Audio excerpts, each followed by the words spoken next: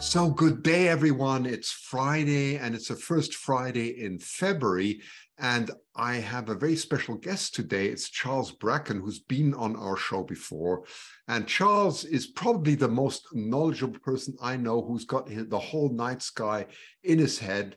And what's amazing is he does this all from a backyard around Bortle 5, somewhere in, was it Pennsylvania? Charlie, welcome to our show again, and so nice to have you here. How are you?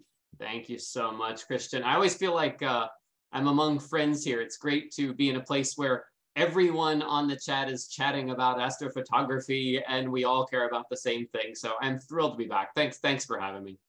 You're very welcome. Now you've become so rich through all your books, I'm sure. Yes. Astrophotography is not a. If you're looking for a career, it's probably just something to steer away from. But as a hobby, it's fantastic. Yeah, it's fulfilling, and that's worth so much, isn't it? It's so fulfilling. But you've written so many books: the Deep Sky Imaging Primer, the Astrophotography Sky Atlas, the Visible Universe, and so on and so on. So tell us a little bit before we start about your background, because I know you're so modest, you won't tell us. So I want to know more about you, Charles. Yeah, no, thank you, Christian. That's very kind of you. I actually didn't start really imaging until 2010. But as a kid, I think like a lot of people had that 60mm refractor that so many of us had, and I got bitten by the bug. And I do remember looking in the astronomy magazines, and I would see, I'm guessing it was probably Takahashi ads back in the 80s, and going, why would anyone pay that kind of money for a small refractor? This makes no sense. I have a small refractor. Why would anybody pay that much money? And, of course, now here I am, and I'm looking behind me, and I've got my Takahashi 106, and all of that. But I got bitten by the bug as a kid, but couldn't pursue it until, a little bit further in life when I had the means to do so. And so I've been doing this since 2010. This is not my day job. My day job is actually in marketing, but I do astrophotography every clear night that I can. You and I were discussing, I've got a basic pier in the backyard now, and I will tell you, like, having a pier has made it so I really do maximize my imaging. I'm out there a lot more now that it's a lot easier. It's not an observatory, but yeah, I image here from Bucks County, Pennsylvania, where we have Bortle 5 skies, which means mostly narrow band or the brighter broadband objects. And it's just been a joy because I feel like the sky seems finite, right? I mean, there's only so many objects up there, and yet you can always go back and get better at the brighter targets, and there's always some fainter target to discover. And then you go to iTelescope and you get access to the southern hemisphere for those of us in the northern hemisphere, and vice versa, and your universe doubles, right? So absolutely thrilled to be here, and I'd love to talk to you guys today about how to maximize that time. Okay, so let's get going. We're very excited to hear. All right, so let's jump in. So let me share my screen here. And Christian and I were talking before we started here about, I use a 34-inch curved widescreen monitor. I will say, for those of you processing images in PixInsight, of all the tools that I've bought for image processing, having a wide monitor is pretty nice because you got all the real estate you need to lay everything out when you're processing. But let's talk about the Astrophotography Planner today. So this is a book, this is a print book that I have, but I've created a special edition for iTelescope. And the goal here is to help you optimize your image time. That's what we're going to talk about. So just a little bit about me and where I am. So here's most of what I've already covered there. I have just a blog at digitalstars.wordpress.com. That's actually where you can go to buy the book, and we'll discuss that if you're interested. I'm on AstroBin, and you can email me at deepskyprimer@gmail. The 4 books that I've written, and these are in multiple editions. So the 3rd edition of the Deep Sky Imaging Primer is out. The Visible Universe, a collaboration with Max Whitby. This is the coffee table book that Christian held up there. The Astrophotography Sky Atlas, and then this Astrophotography Planner. And this book, this is a print book. You can buy it on Amazon. But I can also make a custom version for your location. I've been doing that for a few years. So I set up all the software that I use to create the charts in that book. And I thought, wait, people might like to have this just for their specific location on Earth. And so I've been creating custom versions for people. I email them to you as a PDF. They're $20 for a while. And then I thought it might be impractical, but a couple of people reached out to me, notably Paul Brandenburg reached out and said, hey, you should create one of these for the iTelescope sites. And that would help people plan. I said, man, I don't know. There's a lot of sites. This book's going to get pretty big. It's going to get pretty complicated. So I gave it a thought. And a couple months ago, I started working on this. And here we are. I've got a version specifically for iTelescope that I want to show you. But we're going to cover two parts today. So I want to talk about the book. But even if you're not interested in buying the book, I don't want this to be just an advertisement, right? I'm also going to spend some time talking about the theory behind what you can see in the sky and when, so that you have an understanding of what's going on. And some of this you may already know, but I think a couple of things I have to say, even if you know a good bit about, celestial mechanics, some of the things in particular about the moon that I have to say later on might be a little counterintuitive, might be a little surprising and hopefully interesting. So we'll do this in two parts. So the first section here, just gonna talk about the astrophotography planner. What is it? What is this thing that I've got and how do you use it? So I'll show you some of the charts from it and talk about how you can use that to optimize your time on the iTelescope sites. So you've probably asked yourself, if nothing else, the top question. I think it's clear outside tonight. What's up? What can I go take a picture of? And when's it going to be in the sky? Is it early? Is it late? I think that's where a lot of us are. You go to Telescopius, or you go to your favorite planetarium software and say, what's up tonight that I could take a picture of? I think that's a good question. But the better question is to plan ahead a little bit and say, I want to image these objects. What is the best time of year to do that? And that's a more proactive way to do things. And the book that I've got here will help you do both of those. But definitely the latter is the way to go, in the sense that you should be imaging objects when it's fully dark, when they're high in the sky, when they're well positioned, and when you can actually get enough data to make it meaningful. So what are the criteria for imaging? Like at a high level, I can break it into 4 parts. And these 4 parts are addressed by the book. And this is actually kind of the structure for the second section, where I'll go into the theory behind each of these and what determines them. So obviously it's got to be dark. When do you know that it's fully dark? So we'll talk about that. The object needs to be high enough in the sky, right? You can't really image things close to the horizon. Most of the time, you're going to be concerned about the moon. Most objects are going to be affected by the moon to some degree or another. So you're worried about how far away from the moon am I? What phase is the moon? And that's where we've got some interesting things to say later on. And then, frankly, it needs to be in the sky long enough to bother, right? As a beginner, I remember a lot of times imaging things that like, oh, it sets in 2 hours. I'll go grab a few hours of subs on that, and then I'll move to something else and grab 2 hours of subs on that, and then split my night across 4 different objects, and you get an image, but maybe it's not the best image. So let's put some hard numbers behind that. We're going to say, for the purposes of this talk, and I'll justify in a little bit, that fully dark basically means you can start your imaging runs when the sun is 15 degrees below the horizon. And we'll talk about that, a little bit of details on that in a minute, because usually 18 is the threshold. The object needs to be well above the horizon.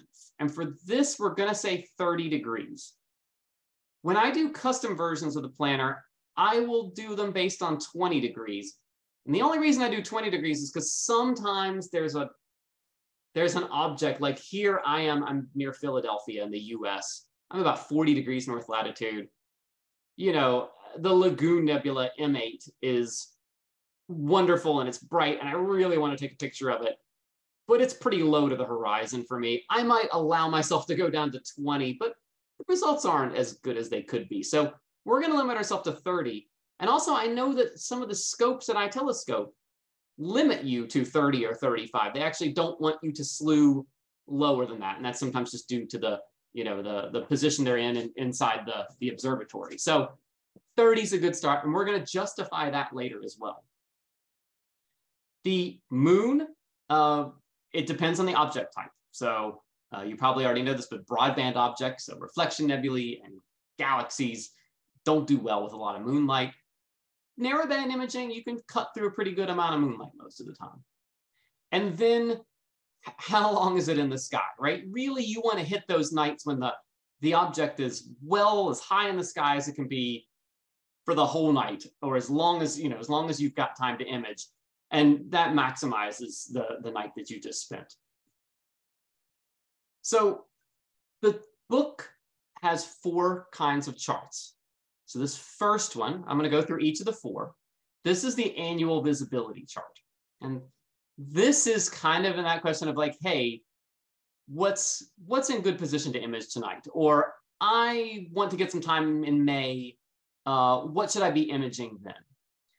This is just a high level chart. There are 2 of them. There's one chart in the book for the southern sites. So that's Deep Sky Chile and Siding Spring Australia. There's another one for the northern sites, and they're grouped together. But this just gives you a rough idea of how many what I call quality imaging hours that there would be for each of these objects. So a quality imaging hour meets the criteria we just discussed. So the sun is 15 degrees below the horizon, so it's fully dark, and the object is 30 degrees above it. So that's the amount of time, that's good time on that object. These don't account for the moon because the moon changes each year. So this is just sort of a general annual chart. So let's pretend that we're targeting May 20th. So we look at May 20th at the top and we go, okay, wow, let's see what's in good position. I've imaged that before. Oh, that's okay. Oh, I've always wanted to do the antennae galaxies. So, all right, that's going to be our targets. I think it looks like I can get maybe 8-ish hours of imaging, quality imaging time, it says here. Great, okay. So that's going to be, we're going to pretend we're using the book and sort of follow that example through, but we're going to pick the antennae galaxies on May 20th. So we flip to the antennae galaxies, or in the case of a virtual book, this is a PDF. We click on the antenna galaxies in the table of content and it jumps to that page. The book's about 300 pages long, so it helps to have a clickable table of content so you don't have to flip through every single page. Here we go. You've got brief description, the location. You've got a map of the area at the bottom. So all the maps except 2, which are really big objects, are 10 by 10 degree maps. And it shows you just what's in the area. And so you're thinking, well, normally I would frame the antennae galaxies really close. But with a wide field system, I'm able to get NGC 4027 in there too, or maybe some of the others. Just helps you think of what's in the neighborhood to frame this object. The chart in the middle, though, is the key. So this is saying, what time of year should I image this? Or given a certain day, exactly how much time do I think I can get? So let's zoom in on that quality imaging hours chart. So this is what it looks like. And it's got a blue line for the northern hemisphere iTelescope sites and an orange line for the southern. Now, they are close enough together. The iTelescope sites are within 1.5 degrees of latitude of each other. So rather than trying to plot out 5 or 6 lines on this and it just becoming confusing, I grouped them together because honestly, 1.5 degrees of latitude, it makes like 10 minutes worth of difference per night in terms of the imaging time. So you see, you got Sierra Remote Observatories, the 2 sites in Spain, and Utah Desert Remote on the blue line, and then Deep Sky Chile and Siding Spring Australia in the orange. So we chose, if you'll recall, May 20th for the antenna galaxies. So we can look at this and we can say, okay, on May 20th, if I image this from any of the northern hemisphere sites, it looks like I'm only getting about 2.5, 3 hours of time. But if I use one of the southern hemisphere sites, wow, I can probably get 7 hours.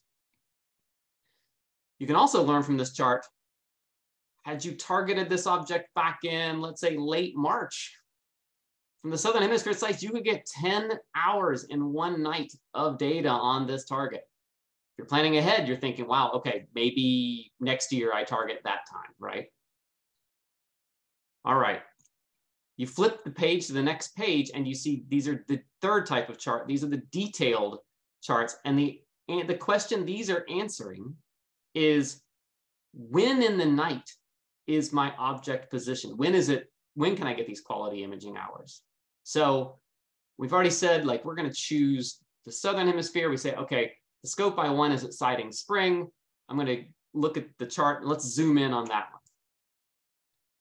So the blue bars show when the object is above 30 degrees altitude. The gray in the background there is showing the hours of darkness, right? So this isn't sunrise and sunset. This is the time when the sun is at least 15 degrees below the horizon.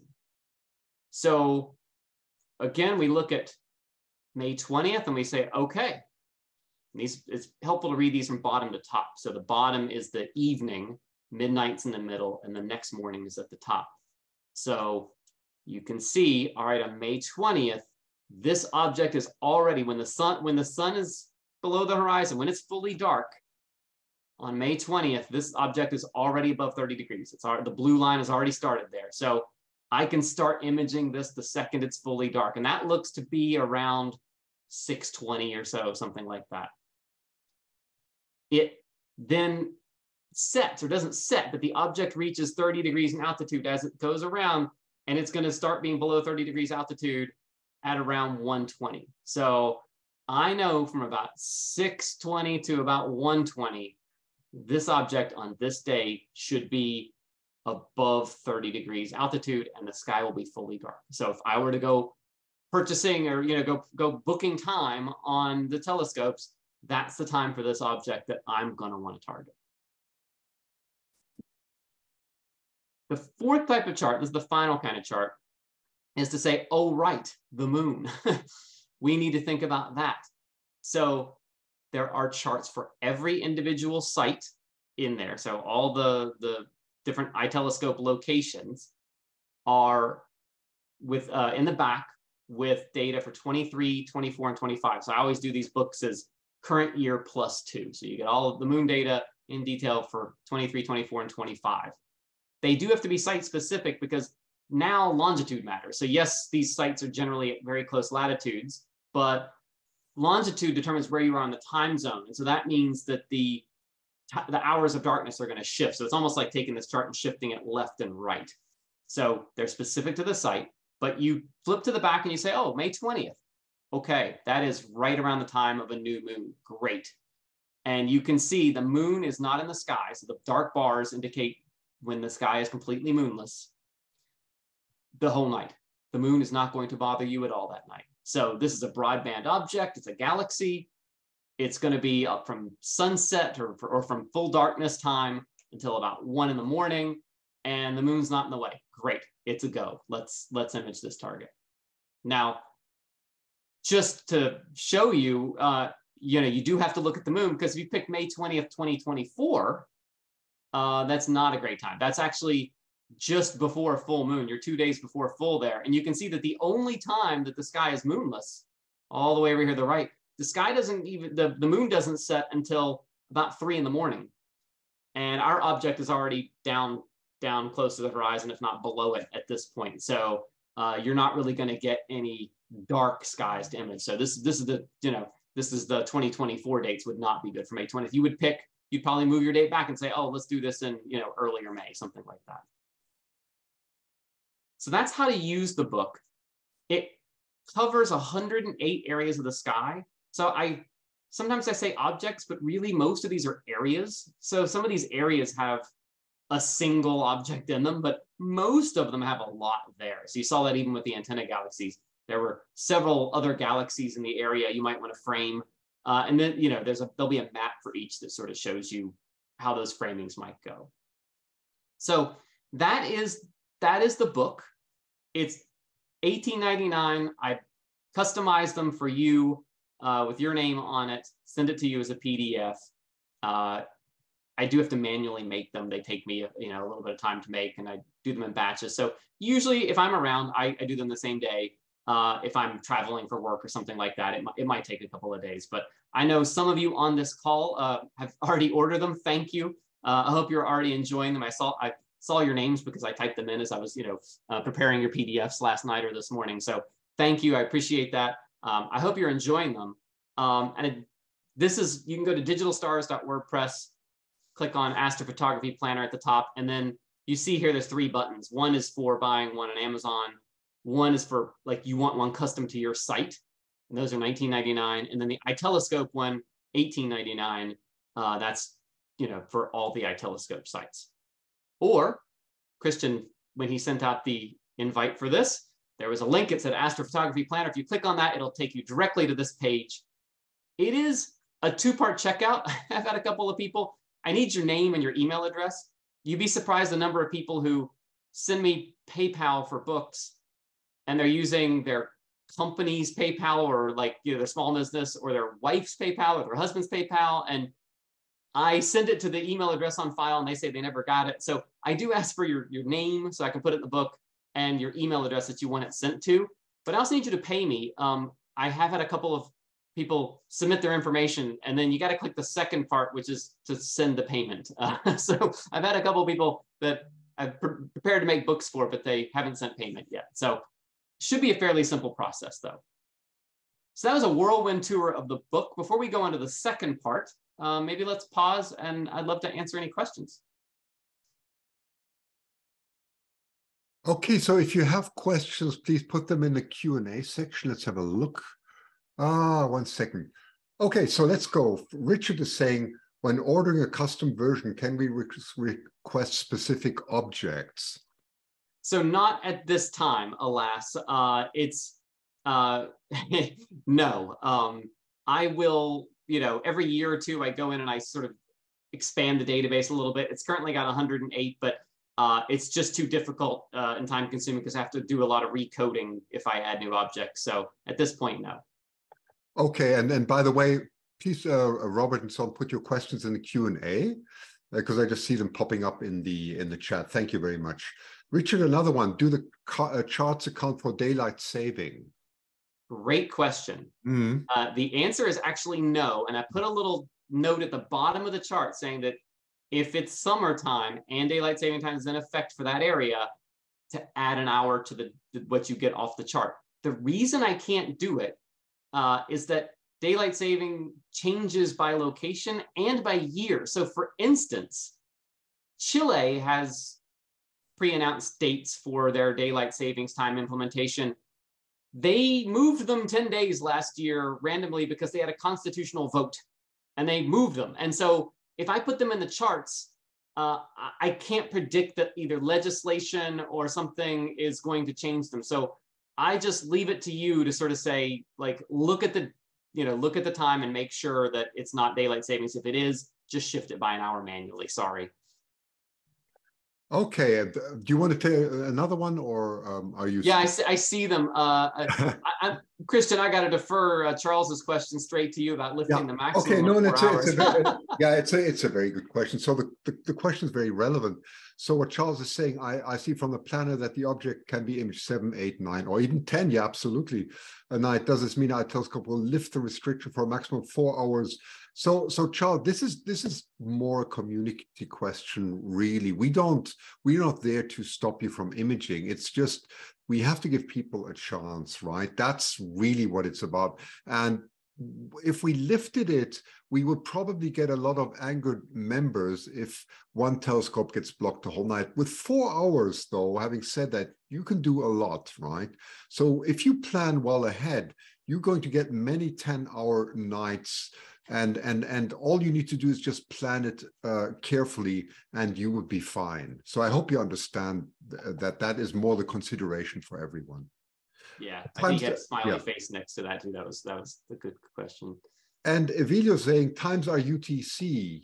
Another great question. No, the times are local standard time. So that's why I said add in daylight savings if you have to, if it applies, but they are local standard time. Yeah. And that's easier. That's the same what we have at iTelescope, that you always think in the local observatory time. Yeah. Finally, here we go. I would like to see this as an app. Charlie? Great question, Fiona. Yes, very funny. Yes, I would too, and I think that's something that we might be working on. Charlie, very quick, because I love that you do all this encoding and so on. Can you just give us just maybe 2 or 3 minutes without, you don't have to go into details, but what are you coding in and how are you doing this? Just a little bit of insight. Yeah, so I used a very strange language to do this, a statistical programming language called R. I know R. I know it. Yeah. R is a very awkward language, but I use it because it has a very powerful charting library called ggplot2. Yes. And ggplot2 does all the stuff that I needed. In particular, ggplot2 has a lot of map projections and things like that, so we can do the orthographic projections for the maps and all that. So this required well, let's see. R is a pretty compact language, and this is actually only about 3,000 lines of code, but I spent over a year debugging because the number of times someone would send me and ask for a planner, and they would be at 64 degrees latitude, and it would just break something in the code of like, oh, I can't I can't handle extreme latitudes, or I found out that everything was shifted 12 minutes off at one point, and so it was really honing the code down to do the calculations. You have to calculate location on Earth, date, what the sky is like, and then account for the moon. I tell you, the moon is really complicated. Absolutely blew my mind how long it took to calculate the phase and illumination of the moon for a given spot on Earth. If anybody's ever seen, there's a famous book by Jan Meus, published in the 80s, I think, about astronomical calculations. That has like all the basic formulae for calculating this stuff. Turn to the moon section and get out a calculator and just try to like do a simple calculation. You'll see how complicated it is. Thank you for that insight. And I think R is really a great choice. I use it a lot at the moment for just tracking eagles on maps and such things. So, and the statistics. So I do this more so this is very, very interesting. I'm not surprised, but I thought you would say Python, but when you said R, it made complete sense. They have this huge library, don't they? Yeah. I don't like the syntax of the language, but the library is beautiful. And how good must it be that you can track eagles and the moon with it? I mean, that's pretty good. Okay. Anyway, let's go on. Thank you. Absolutely. All right. Well, I think we got a quick poll question to get people's interest here. Let me do this 1 second. So, what drives your interest in astrophotography? I feel like there are a couple of camps. Are you the type who's really into it for the science, and you do astrometry, and you're really into that sort of thing? Is it the blend of art and science? Or there's a lot of people who are just like, man, just show me the pretty pictures. That's what I'm here for. Or D, is it astrology? I forgot that one. Please, no D. Okay. Anyway. So, sorry, I swapped 2 of your questions around just that you no worries. Yep. know that. It's just a sequence. Yeah, we'll wait a few more seconds and then.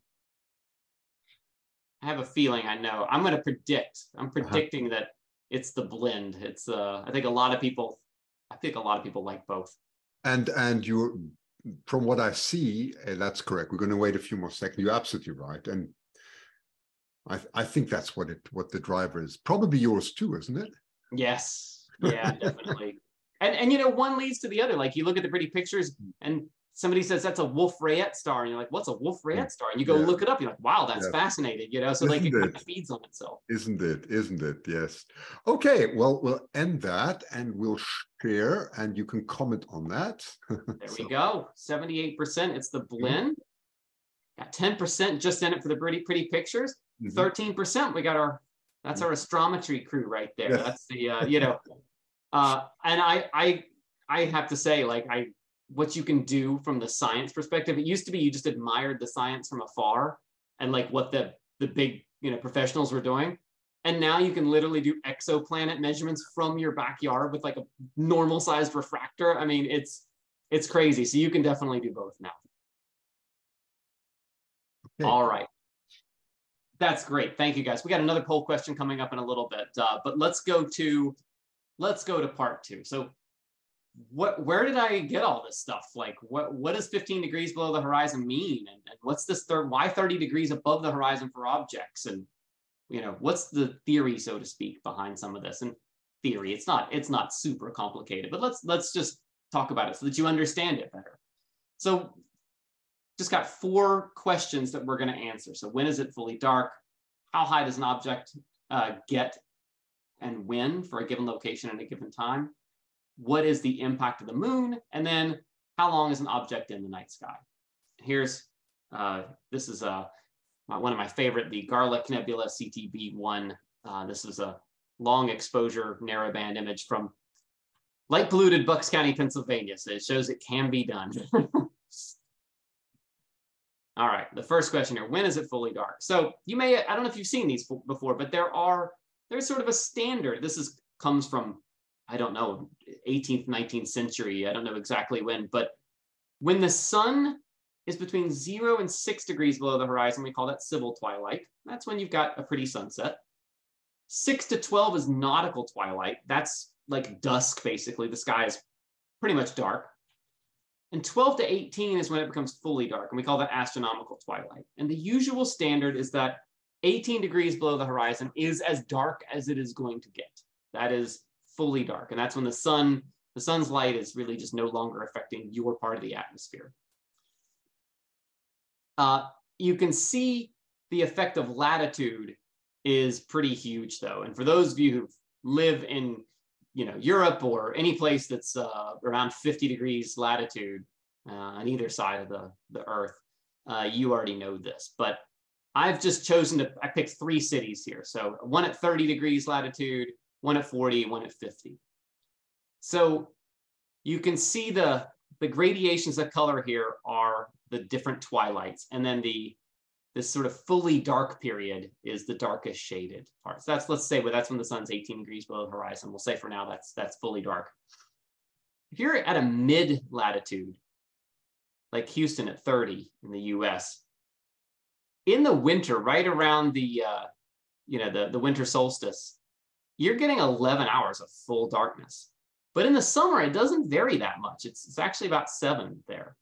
And I could have plotted 20 and 10 and near the equator, and it holds the same. It takes on an interesting shape as you get below within the tropics. That you lose this hourglass and it actually gets this ribbony shape. But regardless, the trend is the same, that you get more consistent darkness throughout the year. As you go north, you get a little more in the summer, but a little more in the winter, a little less in the summer. And then look at London. So this is, mid-latitude for Europe. In the winter, yes, you get 12 hours of full darkness.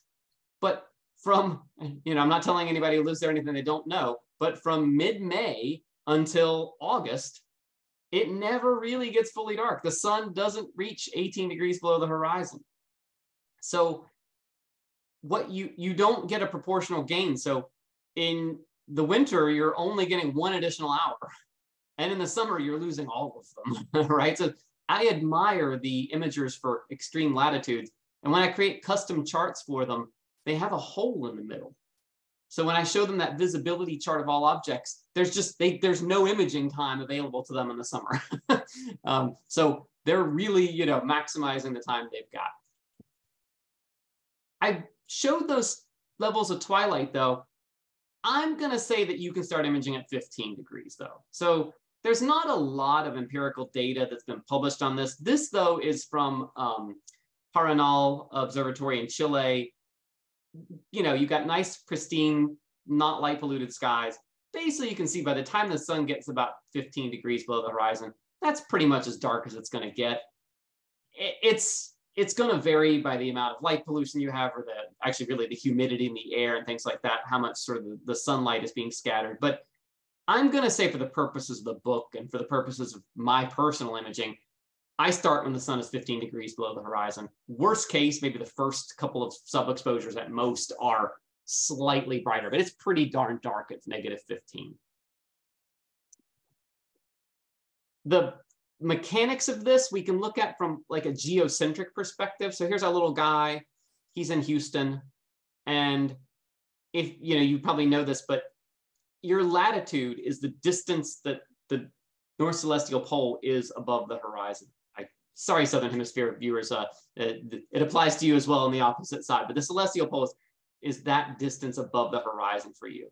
And that's the rotation of the stars around you along that axis.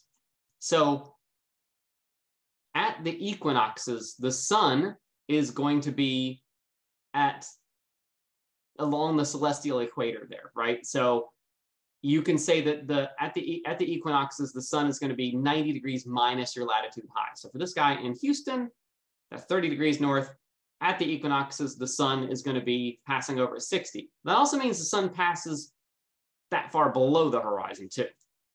Now, we have a tilted Earth. Our orbit is tilted by about 23.5 degrees.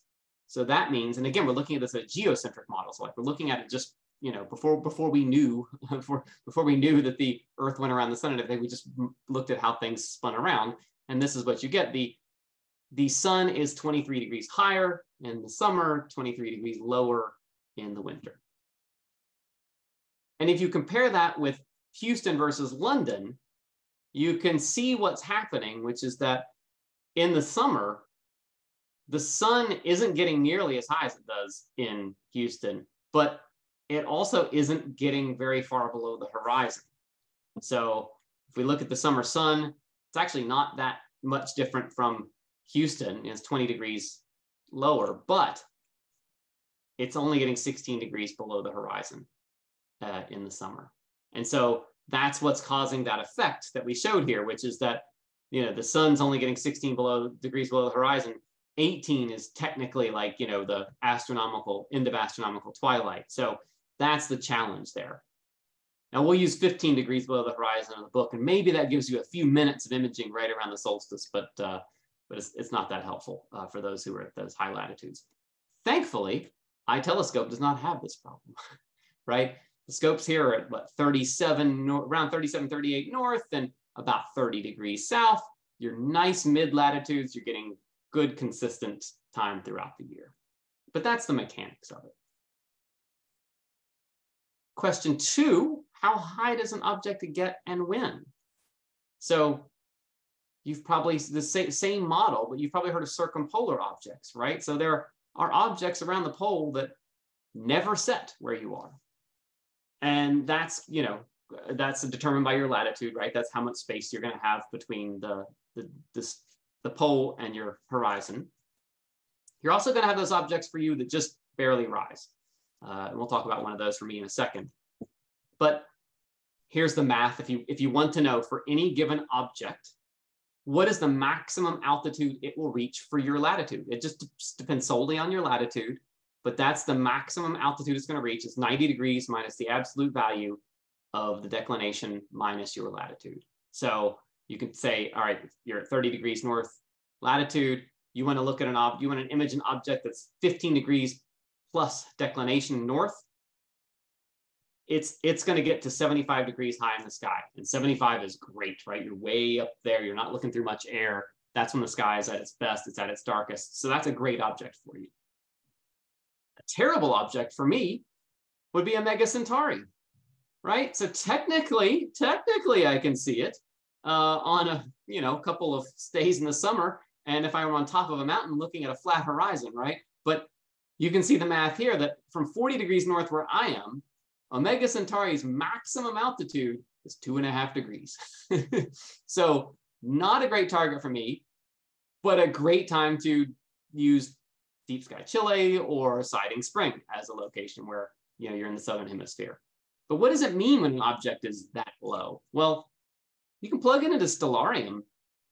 And so I forget what date I picked, but this is, when Omega Centauri would be 2.5 degrees above the horizon. There it is, hugging the horizon.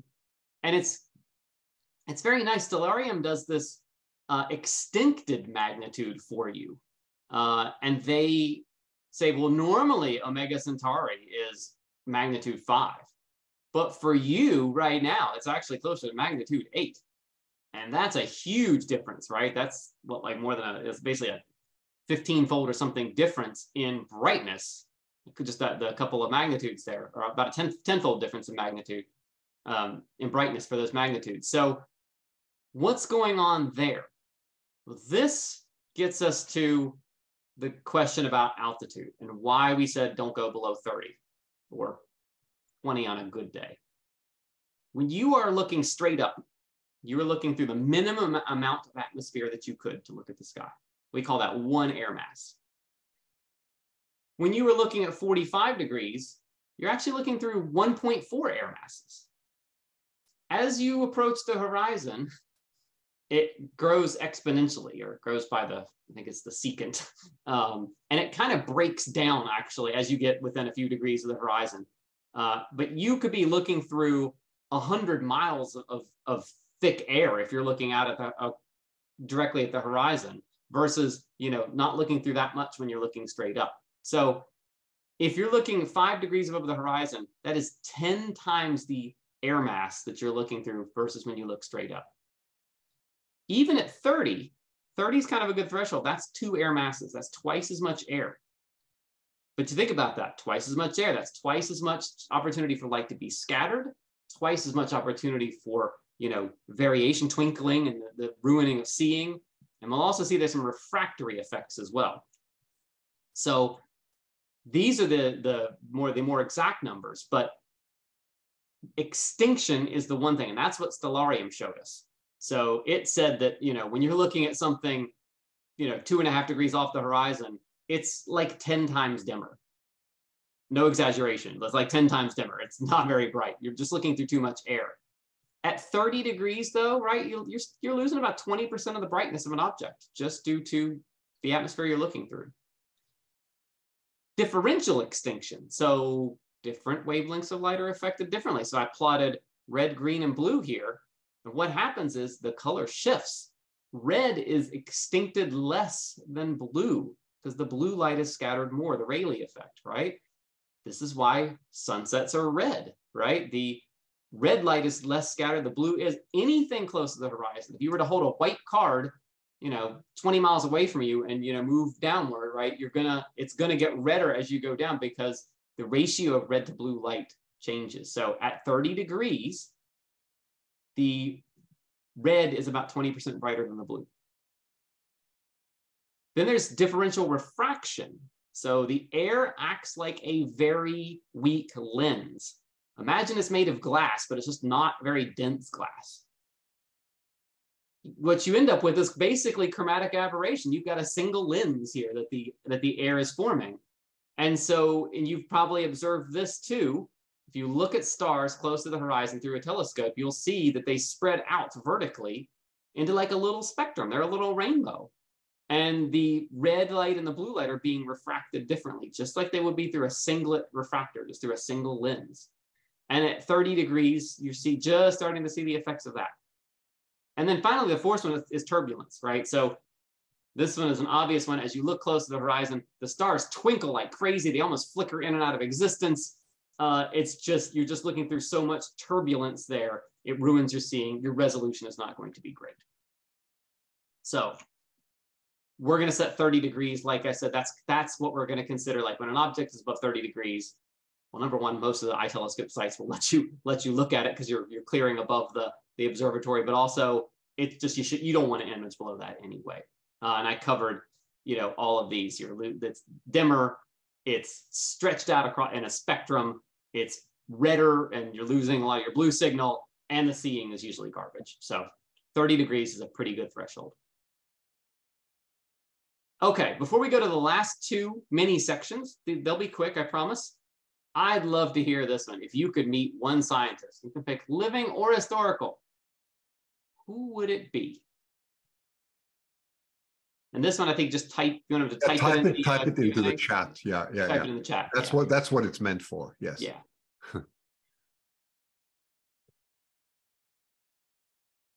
Christian and I were also speculating on what people would answer for this one. You get to have dinner with anybody you want. Who is this?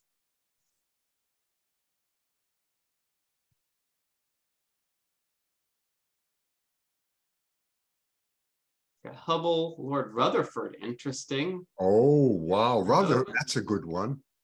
Ada Lovelace, James Clerk Maxwell, Wow. Einstein. Maxwell, Einstein, Socrates. Wow. Socrates. Wow, going way back. Maxwell, good choice. Yes. Edwin Hubble. Hubble.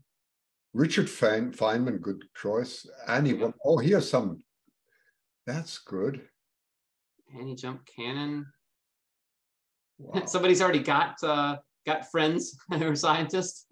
Marie Curie, excellent. Wow, that's a good one. Wow, yes. Newton, there you go. Yes. Carl Sagan, yes. Galileo, that's interesting. Feynman, Newton, Galileo. Oh, that's interesting. Going very far back now, right? Bruno. Yes. Martyr for science, right? Wow. Giordano Bruno, Galileo. Yes, Darwin. That's what was one of my thoughts too. Absolutely interesting. Very interesting. Yeah. Great. Can I change my answer? I've seen so many other good answers on here. I can't. Yes, so good. Oh, Brahe. Wow. Tycho Brahe. Yes. Wow. Fred Hoyle. Wow. Wow, Hoyle. Coined the term Big Bang. Wow. Oh, great. Any more? This is really interesting. What a widespread. You can see how interested our audience is, really. They're no slouches when it comes to the science, Christian, I think. That's just wonderful. Wonderful to see. So, Charlie, what's your answer? Tell everyone. It's such a tough choice, but my answer would probably still be Isaac Newton. I just think, given what was known at the time, he advanced things more than anybody else. Like, just when you put him in the context of what was known before him and after him, it's just astonishing. Feynman is a great choice just because that guy would be a lot of fun, though. Yes, and look, Nikola Tesla, great choice. Archimedes, great choice. So mine was Da Vinci. That's simply because he was such an all-round genius. But wow, it's a difficult choice. Yeah, these are fun. It's fun. It's fun to play this game. Yeah, it's great. Thanks, everyone. Really, really nice.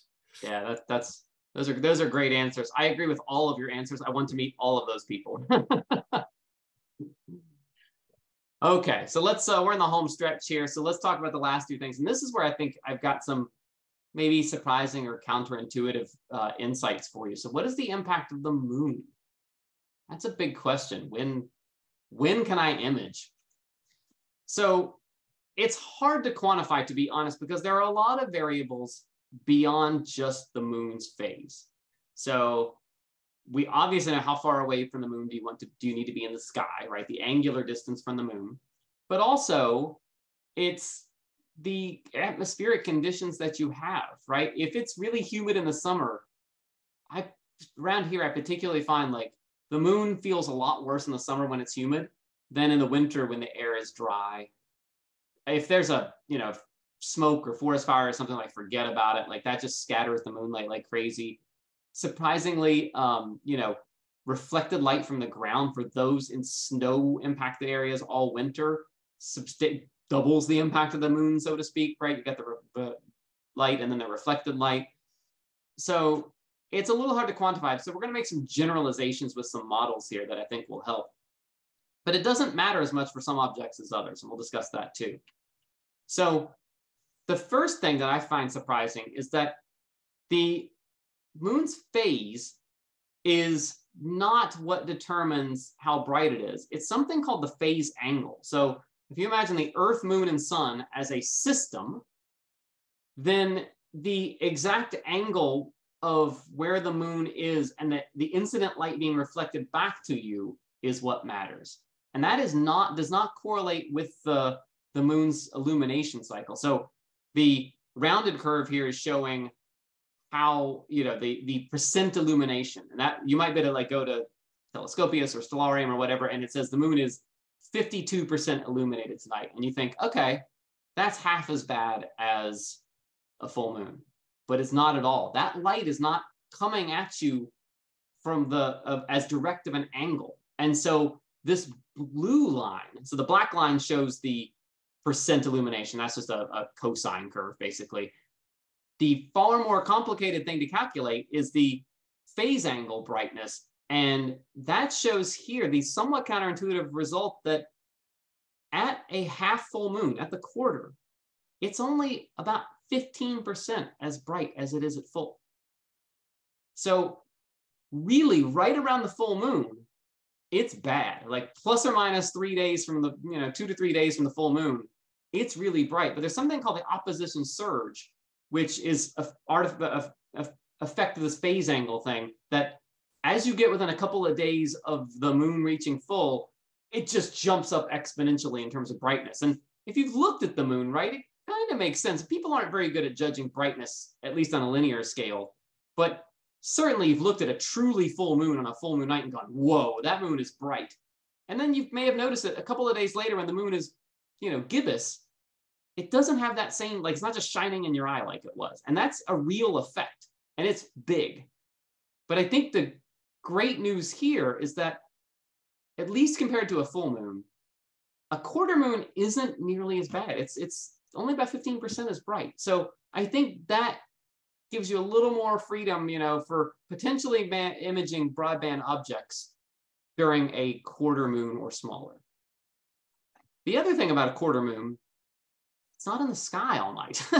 Just the function, again, of the way the Earth-Moon system is, if it's a quarter moon, it's actually only in the sky for about half the night anyway, right? So I just pulled one of the, the moon charts here to show it. So, you can pick a spot between, so the full moon is these open circles, the new moon is the little black circle. So you pick a spot about halfway between and you say, yeah, the moon is up, in the first quarter. You can see here the bottom one, first quarter, it's up the first half of the night, and then it sets and it's out of my way. And vice versa for the third quarter moon, where it rises, after midnight, and it's, I can still get the first half of the night in. So not only is a quarter moon not as bright, it's not in your way as much. So that's just an important insight. The other one, though, and this is way more complicated, is how far away do you have to be from the moon? So there aren't a lot of great models out there. One of the ones that have been published here was in 1991 by Kuskiunis and Schaefer. And this is supposed to be between 8 and 23% accurate. And that it appears to bear out. But it's a very complicated model, but I wrote some code to sort of model it out. And what I did was I said, okay, let's put the moon 45 degrees above the horizon, right? So it's wherever you are, the moon's halfway up in the sky. And ask ourselves, how bright is the sky? What is the effect on sky glow from that position all the way back to the opposite horizon? So this is a linear scale. So the measurement here is not magnitude or anything. This is nanolamperts, which is the SI measurement for brightness. And you'll see that it's a little bit counterintuitive here. So the model doesn't work within 10 degrees of the moon, and you're crazy if you're imaging within 10 degrees of the moon, especially on a full moon night anyway, right? Like that's, you're really getting into that halo around it. But the model estimates that as you approach 45 degrees in the moon, it's a pretty steep slope. The effect on the sky glow drops off a lot. As you go past 45 degrees, so imagine this is basically going from the moon's at 45 degrees above the horizon. Now we're looking straight up. So that's 45 degrees away from it.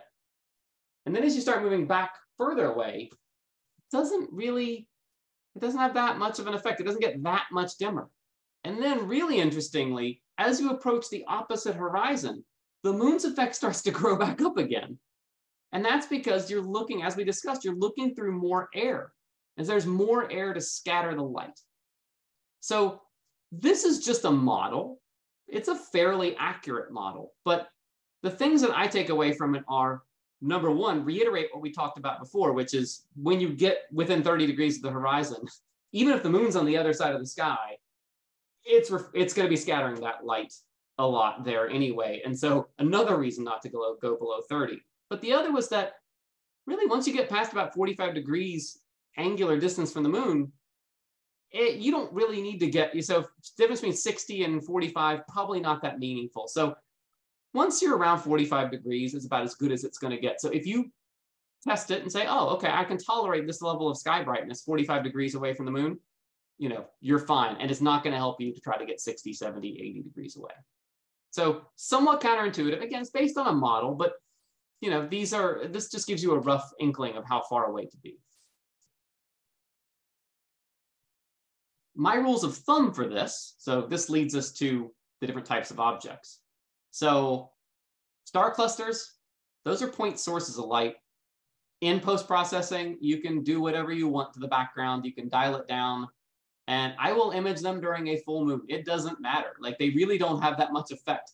You've got point sources of light that are fairly bright, and you can overcome that in processing just by dialing down the background brightness. So clusters, open clusters, globular clusters, whatever. You're not going to pick up any nebulosity there, but even during a full moon, you can generally image those. And hey, I believe iTelescope offers some free imaging time right around the time of the full moon. So great way to go get some open clusters, right? Like that's your chance. For narrowband imaging, which is mostly what I focus on, I pretty much go within plus or minus 2 days or so of the moon. I will err on the side of imaging sulfur and hydrogen during those days because the moonlight's a little blue and it tends to affect O3 more anyway. O3 is also typically the faintest channel, and so, you know, the background brightness is going to affect it more. And I will stay 45 degrees away from the moon if I can when the moon is gibbous. When it's crescent, I honestly don't worry too much about the distance. That's not a terribly bright moon. It doesn't affect narrowband imaging too much. So that's my rule of thumb for narrowband. For broadband imaging, other than the star clusters, right? So we're talking galaxies, reflection nebulae, or just sometimes broadband imaging of an emission nebula. If you're not using a narrowband filter, basically, I really stick to, you know, the half of the moon phase between third quarter and first quarter. So, you know, right around a week on either side of the new moon, basically. Like we said, it's not terribly bright then. Certainly not worse than my light pollution here. And, you know, it's, especially during the winter when the humidity's down, it doesn't have a terrible impact and you can get away. Now, you can fudge a couple of days on either side of that if the conditions are particularly good. But those are just my basic rules of thumb for when to image and what to image during different phases of the moon. And it was a nearly full moon. This was, you know, 2 days after the full moon, the last lunar cycle. This is Castor and Pollux, or not Castor and Pollux, Mizar and Alcor. I was just getting my scope dialed in and I used it to do some collimation and it was clear. And I was like, let's take some pictures. So I pointed it at Alcor and Mizar in the Big Dipper. You know, not going to win any awards, but you can definitely get an image out of this. But also, one exception here, if the narrowband target is bright enough, and M42 definitely is, this is 5 hours worth of data, I think, on M42. So, you know, it's just bright enough that it overcomes the moon. So I used narrowband filters, was able to get a decent shot of M42 during nearly full moon. Okay, last section. How long is the object in the night sky? So this is about the right ascension of the object. And you don't need to go into the details. I just sort of put this up here. But the main thing to think about is what is the opposite right ascension to the sun? So the sun, we know on the spring equinox, right around March 22nd, the sun is at 0 hours. That is by definition, right? Like that's the starting point for right ascension and how it's measured. So we know that objects at right ascension of 12 hours are opposite the sun. That means that they are at their highest in the sky. They transit at midnight on that date. And as you go around the calendar, you can calculate, okay, well, for this date, what line of right ascension is passing at its highest, transiting at midnight? That's a good start for figuring out when is a good time to image a particular object. It's not the whole story, but asking what line of RA is opposite the sun is a good start. And it also dictates the type of images, or sorry, the type of objects that we image. So this is basically a Mercator projection of the whole night sky. And what I've done is at the bottom, I've got right ascension, but I've correlated that with the date of midnight transit. So like I said, around March 20th, around the spring equinox, objects that are at 12 hours of right ascension are at their crossing at midnight, right? So I've correlated those two across the bottom. And what you'll notice is if you plot, this is all the galaxies in the night sky that are greater than 5 arc minutes in size. So I plotted them on here. And if you have ever heard of galaxy season, right, that's spring. And the reason for that is the objects that are in the night sky the most, right, that are at midnight are at their highest, passes right through this band of galaxies, right? The Coma cluster, the Coma Berenices, the Virgo cluster, Leo. These are all the great galaxies that we love to image in the northern hemisphere. Why is this? It's very simple.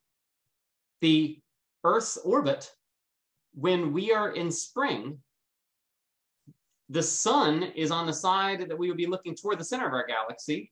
The opposite direction is looking out of our galaxy. So our galaxy isn't getting in the way and looking, blocking our view of all these other galaxies. So that's why spring is galaxy season.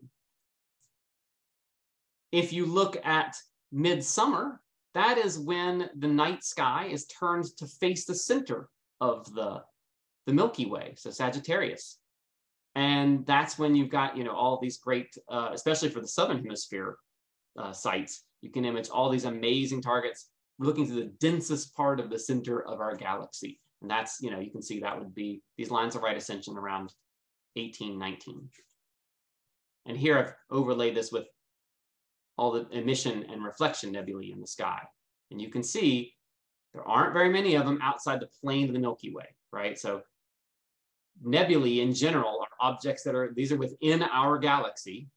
And so you are wanting to look along the plane of the Milky Way. So you're going to see those, at least for us northern hemisphere imagers, you got Orion and Auriga and all of that comes up in the winter. And in the summer, you've got Cygnus and Sagittarius and all the way down to, the center of the Milky Way. And again, same idea, right? It's just that the night sky is facing toward the center of the Milky Way for that part of the Earth's orbit. This is a good start to what's in the night sky, but remember the hourglass charts of the night getting shorter and longer. You've also got to take that into account because sometimes that's changing faster than the lines of right ascension are. So the interaction of those two is what's calculated in the astrophotography planner to basically show you what's available at what time. So just to review everything, plan ahead, right? Optimize your imaging by planning ahead. Think about how many hours of darkness for that object there are going to be in a given date. That's primarily driven by the latitude. And the iTelescope sites are set up at mid-latitudes, which gives you a really nice variety for both the north and the south. You can start imaging when the sun is about 15 degrees below the horizon. The declination of an object determines how high it gets in the sky. So that's why you want to pick correct site. You want to pick a northern hemisphere site or a southern hemisphere site for that declination. Keep it above 30 degrees in altitude.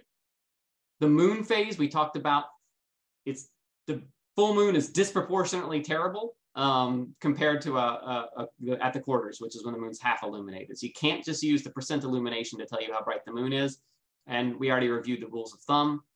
And then finally, when does an object spend the most time in the night sky? The right ascension is a good start for determining that, but you really have to account for both. And that's what the charts in the planner are trying to do.